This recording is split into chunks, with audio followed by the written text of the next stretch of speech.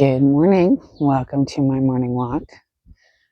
Here we are, off to the neighborhood. I do this most days, and there's all the advice on why it's good for your health, but really,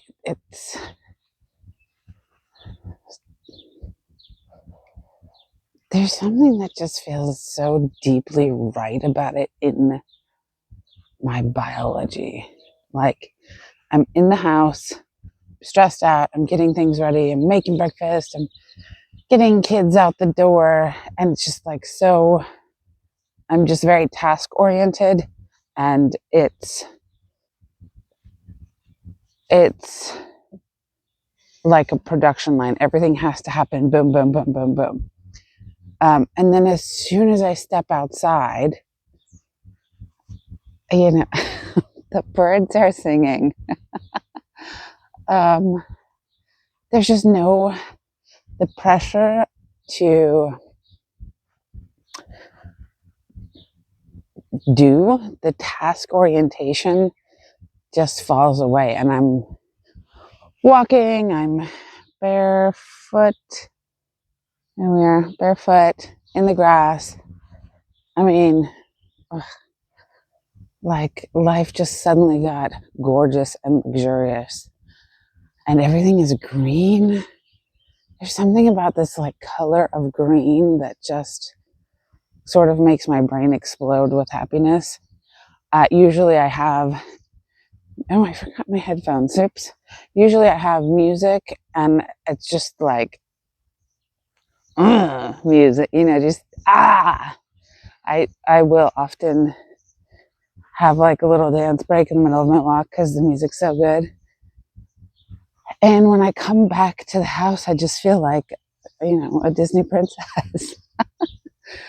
Because, like, I am one. I just walked outside, and the birds, in that Aurora scene where the birds are, well, and Snow White too. There's all these scenes where the nature is in love with the Disney princess. And this neighborhood has like bunnies all over the place. So they're literally little rabbits all over.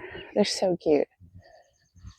So yeah, I think it just really turns my brain off from task mode to enjoyment. I also will use this time to chat with AI. And I use it as a way to get ideas out of me.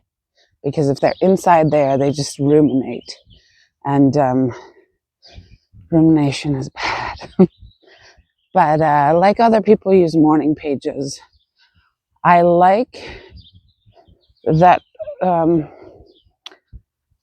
with AI, I get sort of an immediate response. And I find some sort of closure in that.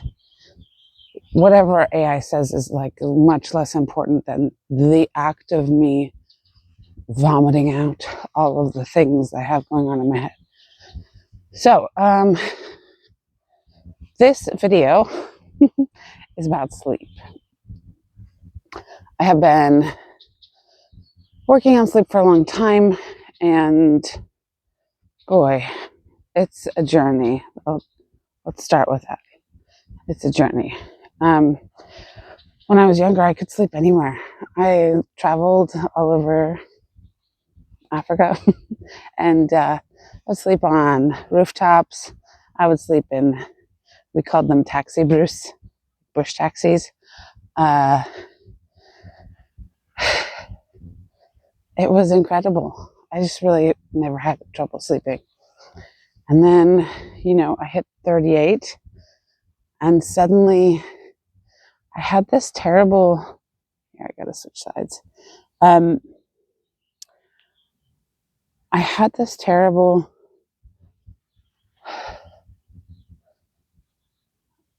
what is this word? I just could not sleep. I could not fall asleep. I would lay awake and my brain would just be going. Not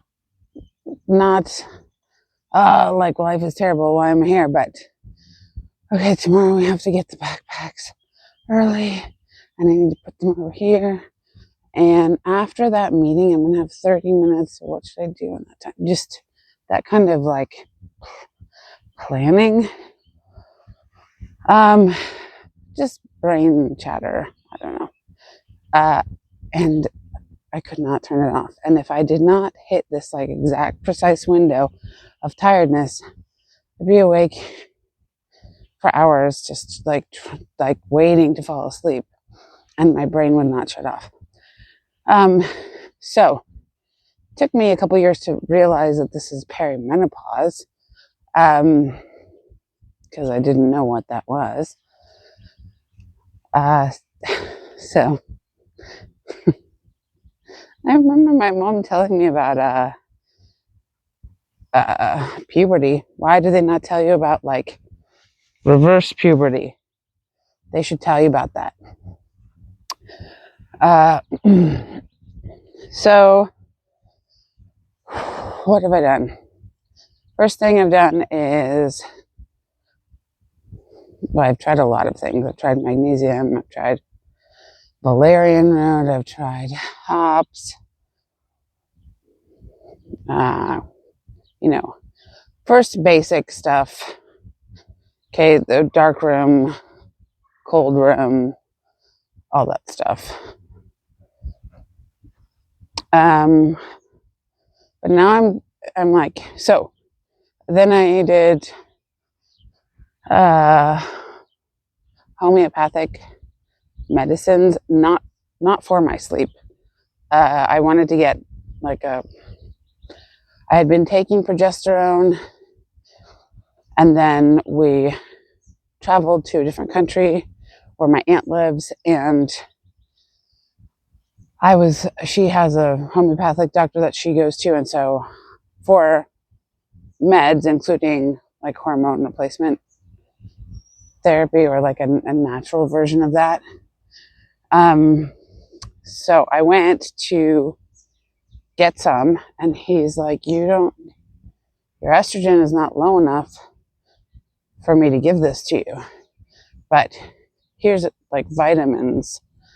So like vitamin B, all liquid, all homeopathic. Another one that's like a mix of K and other ones. Again, in other countries, you don't have to list the full ingredient list, so I don't really know exactly what's in them. But my Fitbit, it was overnight improvement on my sleep, like drastic. My sleep was really bad. Some nights I would get 14 minutes of deep sleep. My HRV, heart rate variability would be so low, 12. It's just like egregiously bad. So then I tried that, and that helped a lot. But I still,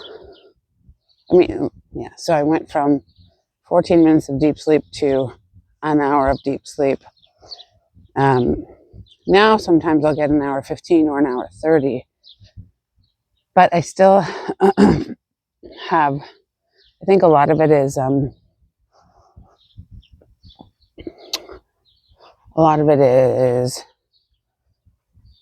based on my cycle. Like I'll have 2 weeks of good sleep in a month and 2 weeks of really bad sleep.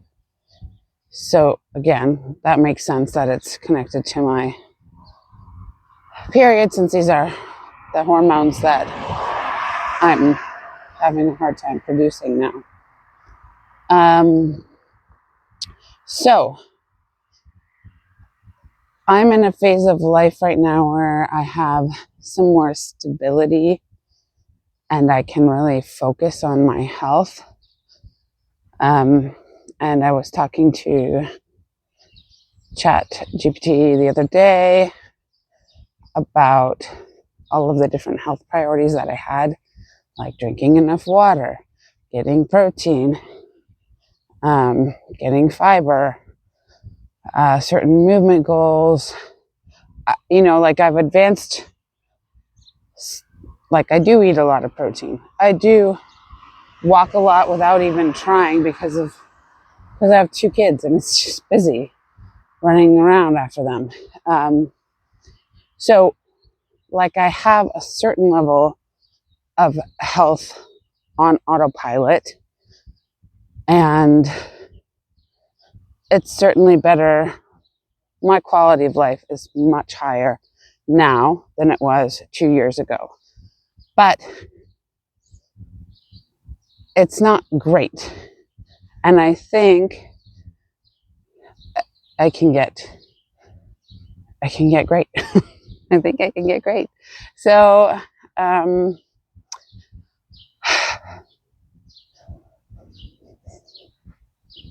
was listing out all of these different priorities, and Chat sometimes has really stupid ideas that I hate. But in this particular case, it said, of all of the things that you've listed, the one that would get the highest ROI, return on investment, is sleep. And I was like, not water? Now I'm already drinking, what do I have? I have 2 huge, I think 62-ounce water bottles. And it's summertime, so it's warmer, but right now I'll get through both of those before 2 p.m. So I'm drinking 124 ounces of water already, which is pretty good. So Chat said, sleep. And I was like, yes, I think that's right. So rather than trying to improve all of these things all at the same time, nutrition, protein, fiber, calories, steps, strength training, all of the things, I'm going to I can continue to do all of those things so that they are part of my routine, but focusing on improving them can wait. And the biggest bang for my buck is sleep. And I have a personality type that just likes to do all the things all the time. So, and then, here, I gotta take this sweater off. The problem with that is, if I do all the things all the time, then I do none of the things well. That's just the reality. Let me set that on my coffee cup. It's decaf, by the way, everybody. Don't freak out. So now my focus is exclusively on sleep optimization. So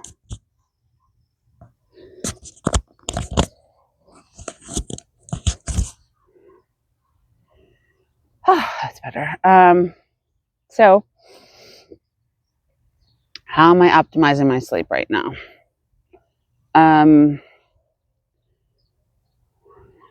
Well, last night I was optimizing my sleep by not going to bed on time. It was a Friday night, and I just really wanted to feel like I had some agency. Yeah,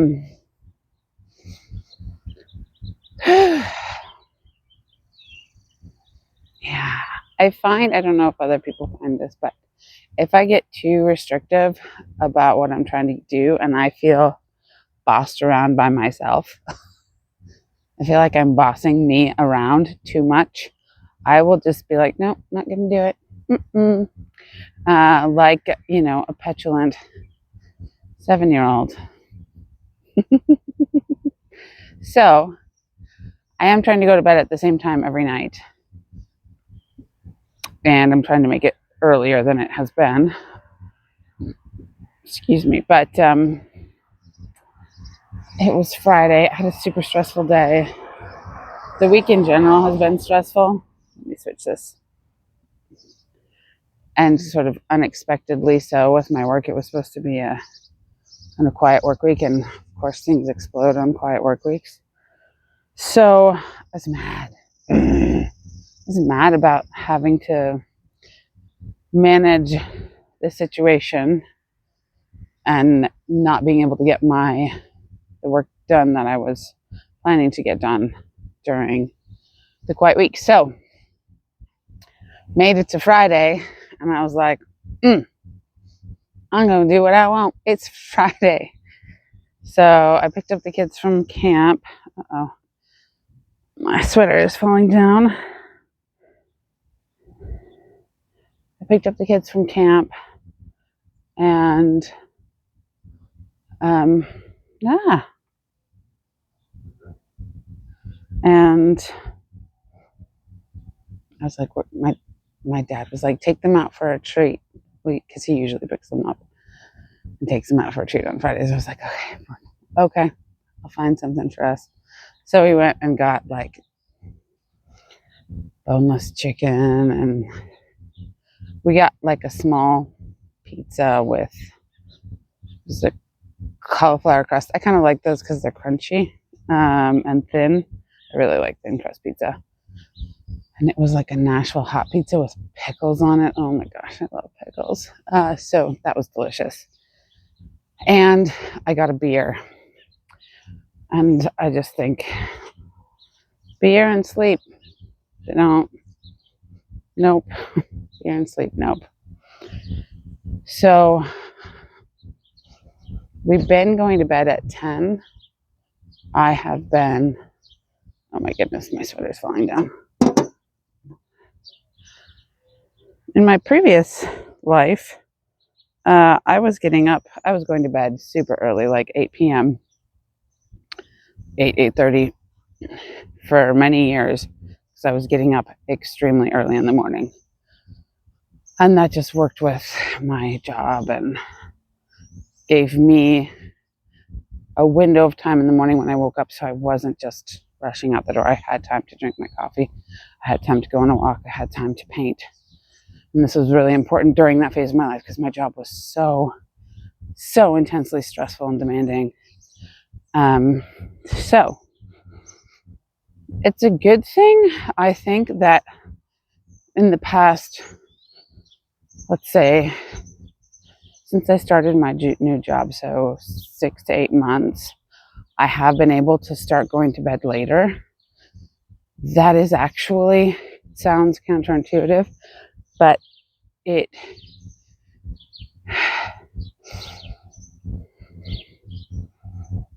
means, I think what changed was with this new job, I stopped.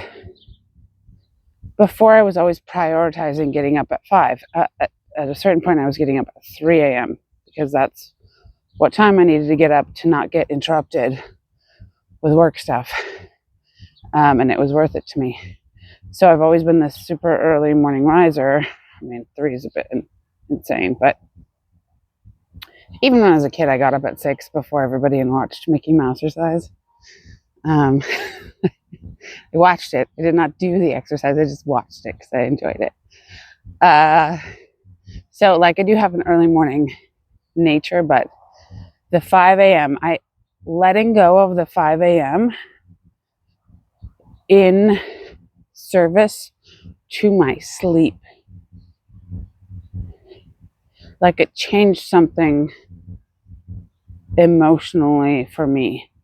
It meant that I was no longer prioritizing my work and I wasn't organizing my life around what was optimal for my work. And I say work because I wanted to have time for me, so I needed to get up early to have that time for me so that I could have enough time to do my work, to get my work done. And I'm now in this brand new life phase where it's the other way around. I will fit my work into my life. And the priority is, how do I get the things that I need to function well and be a sane person and like a nice mother? And before, all of that stuff came later. And that's why I think I'm, in early perimenopause. Because I was just prioritizing not me. And I came last. So here we are now. I'm not getting up at 5 anymore. Yay. Which means I'm not going to bed at 8. But now things have gotten a little bit too lax the other way. And I'm going to bed at 10, 10:30. And I need to get up at 6. So it's like the math there doesn't quite work out, right? Should be going to bed at 9. Actually, I've done the math. And like, I just am not in bed for enough hours. So right now, if I want to get my walk in with enough time to get the kids ready before I have to start work, then I need to get up at 5:45, which is 15 minutes earlier than I'm getting up now. And with that means I need to go to bed at 8:45, which is actually pretty close to 8 again.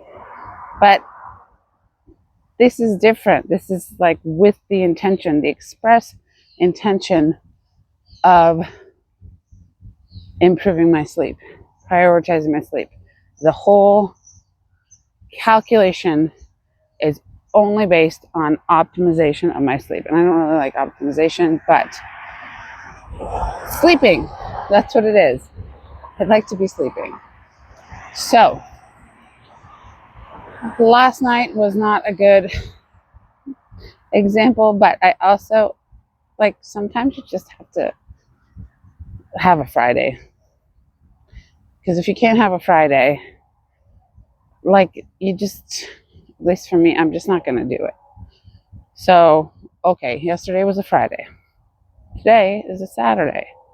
I don't have the same needs on a Saturday that I do on a Friday. So, I've like set alarms in the evening so we can start our wind down routine.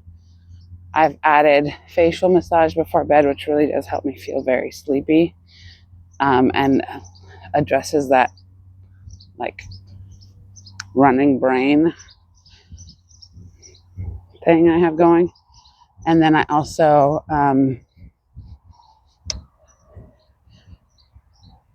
put something on YouTube. Right now it's Yoga Nidra, which I don't actually listen to or love. It just doesn't work for me right now. But I'm usually listening to something on YouTube as I'm falling asleep, because I know you're not supposed to have a phone in your room and all that blah, blah, blah. For me, I tried that. This is what works. I am listening to something, and it's like interesting enough that I pay attention to that rather than my ruminations or planning. But it's not so interesting that it keeps me awake. And the volumes are very low, so I have to kind of strain to hear. That's what helps me fall asleep. So, and then I need to sort of figure out my morning. If I get up at 5:45, how can I get out the door as quickly as possible with I just need some food in my belly. I need some protein to start the day. And I really enjoy having a hot beverage. So I'm working on figuring out exactly, like tweaking those dials to figure out exactly what was going to scratch the itches, and get me back home in time to get the kids ready. But without the walk, I'm like kind of a grumpy Gus. And if I'm short on time, then I'm also kind of an ogre. So I'd like to be doing all these things ogre free. And if I can do that for like a month, just the consistent sleep schedule, I want to see what changes. Like what happens if my only priority is sleep for the next 30 days. So if that is of interest to you, please feel free to join me on this wild journey. It's like when you're younger, you have all these great adventures. Like, hey, let's travel. Let's go work in West Africa for 2 years. That sounds like a great adventure. And then when you're 42, you're like, hey, let's try sleeping on time for 30 days. That sounds like a great adventure. Yes. But you know what? It does actually sound very exciting to me to get. If I can get consistent good nights of sleep, and that helps raise my heart rate variability and lower my resting heart rate. And then I don't have like food cravings because I didn't get enough sleep the next day. You're more insulin resistant on a short night of sleep, like right away, which explains so much after when you're postpartum, not sleeping at all, and just sort of emotionally feral. That's what it felt like. So join me on the adventure. We'll see how it goes. I'll keep you posted.